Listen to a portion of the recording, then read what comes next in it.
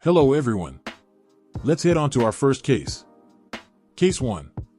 Am I the bad person for walking out of a family dinner after my parents insulted my Thai wife? My wife, Fa, 32F, is from Thailand. We met while she was studying in the US, fell in love, and got married 5 years ago. She's an amazing woman, kind, hardworking, and incredibly smart. Unfortunately, my parents have never fully accepted her. From the beginning, they made offhand comments about her being a gold digger and only marrying me for a green card. No matter how many times I told them otherwise, they held on to this ignorant assumption.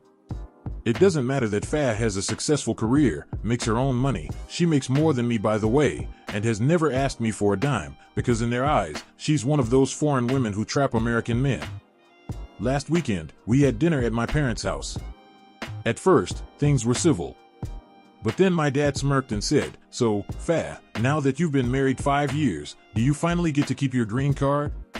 My mom laughed and added, "Guess you don't have to be on your best behavior anymore, huh?"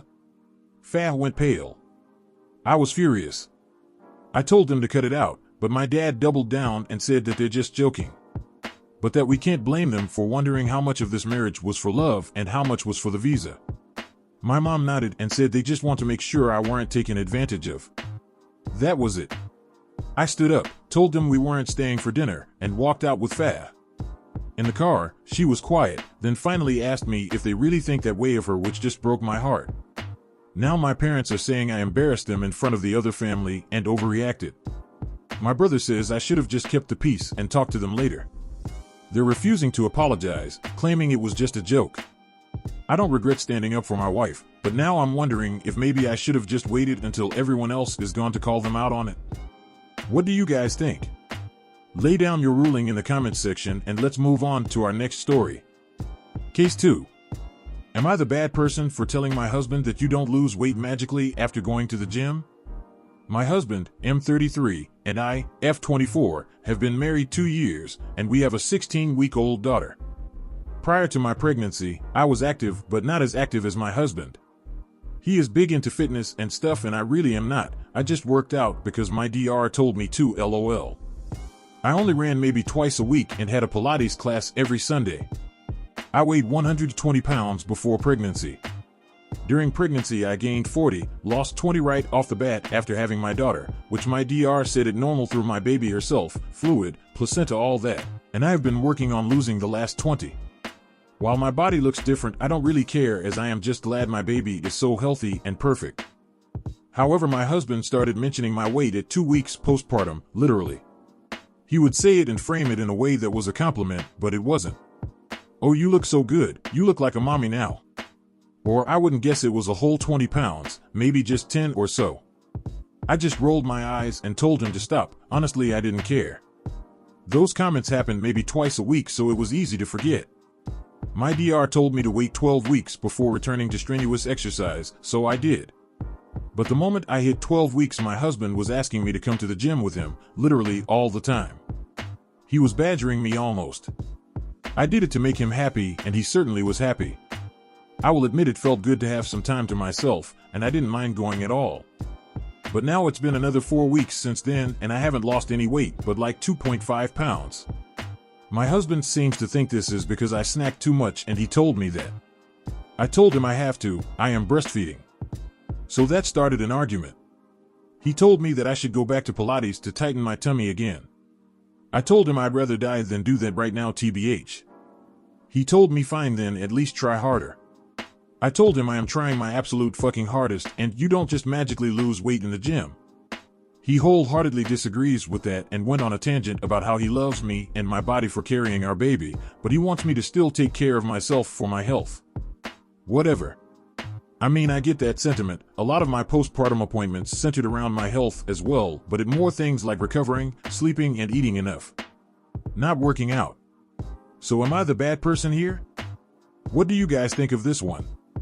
Let us know in the comments section and let's move on to our next story. Case 3. Am I the bad person for refusing to let my cousin name her baby after me because of a family prophecy? I, 23F, have a cousin, Lila, 25F, who is very into family lore, spiritual omens, and old prophecies that have been passed down through our great-grandmother's side. Most of the time, I just go along with it because it's harmless, stuff like never plant rosemary on a full moon or our bloodline has a connection to the ocean. Weird, but whatever. Well, now she's pregnant, and things have gotten intense. Last week, she announced that she wants to name her daughter after me. I was flattered at first and asked why she chose my name. That's when she got all serious and said, "Because you're the chosen one." Excuse me? She explained that according to a family prophecy, a girl born into our bloodline with my name would have a great spiritual awakening, unlock ancient family powers, and become the protector of our lineage. I laughed, thinking she was joking. She wasn't.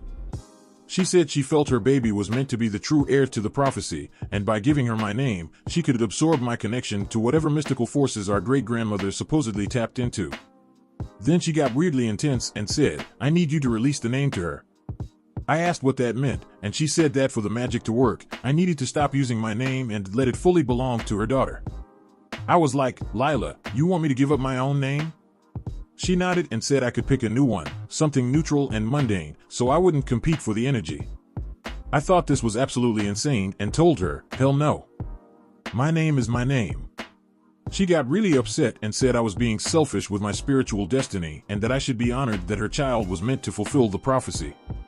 Now, some family members, who are also into the whole mysticism thing, are saying I should at least consider it because this is bigger than me and the prophecy has never been wrong before. I honestly don't care if the kid gets magical powers or not. I'm not renaming myself just so her baby can have full access to the family spirits or whatever. Am I the bad person for refusing to give up my name? Can't wrap my head around that story. What do you think? Who is in the wrong there? Let us know down in the comments section and let's move on to our last case. Case 4. Am I the bad person for rejecting my mom and refusing to forgive her and telling her she chose to be there for her affair partner's kids over her own so she needs to deal with it now?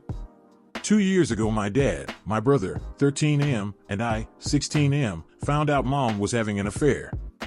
It shouldn't have surprised any of us. For over 2 years she was always busy and let us down so many times.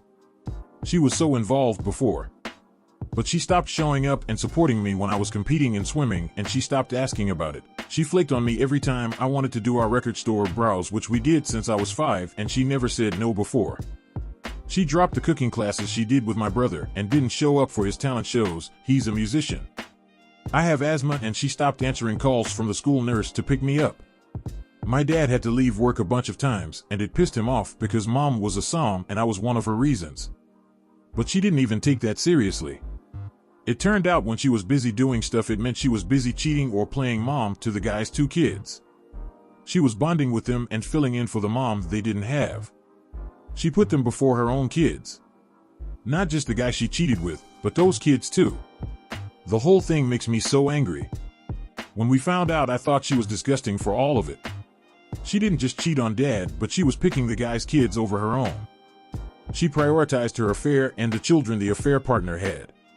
Mom denied that she did it, and she told me and my brother she hadn't cheated on us.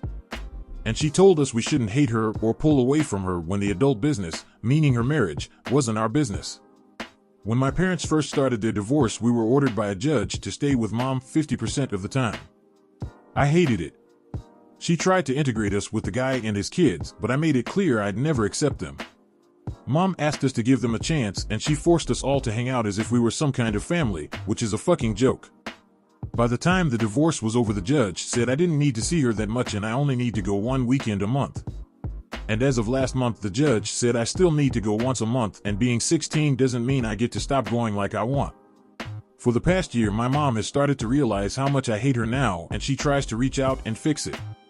I reject her every time, and I have called her names and told her to stay away from me. I told her she's gross and I want nothing to do with her.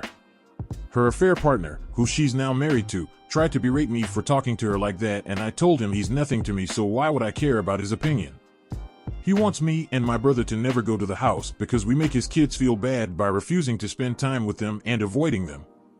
So mom tried to talk to me, and she begged me to forgive her, and she told me she'd do anything. I told her it'll never happen. I said she chose another person's kids over us, and we remembered that. I told her she was with those random-ass children when I needed her. She left me in school with breathing issues so she could play mommy to another woman's kids.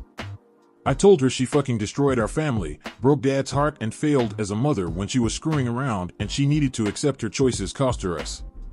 Mom said she wanted to make it up, and I said unless she took it all back and didn't put those kids first, then she couldn't.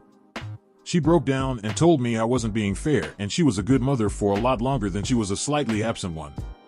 The topic came up in therapy, and my therapist pushed me to forgive and reconcile with my mom. I don't really like her because she's really pushy about that stuff and has spent all the time we've been in these sessions telling me I only have one mom and to remember the good. Dad wanted me to change therapist, but Mom blocked it because she's hoping this lady will make me have a change of heart. But the therapist is really pressing it, and I know she's a professional. I just don't want the stuff she mentions about having a family and accepting Mom for who she is and all that crap. Am I the bad person? You've sat down, you've listened. Now, it's time to state your ruling. What is it gonna be? Let us have it down in the comments section down below. Thank you for watching. Please like this video if you enjoyed it and subscribe for more cases like these. In life, we may run, but we can never hide from true justice. Stay safe, everyone.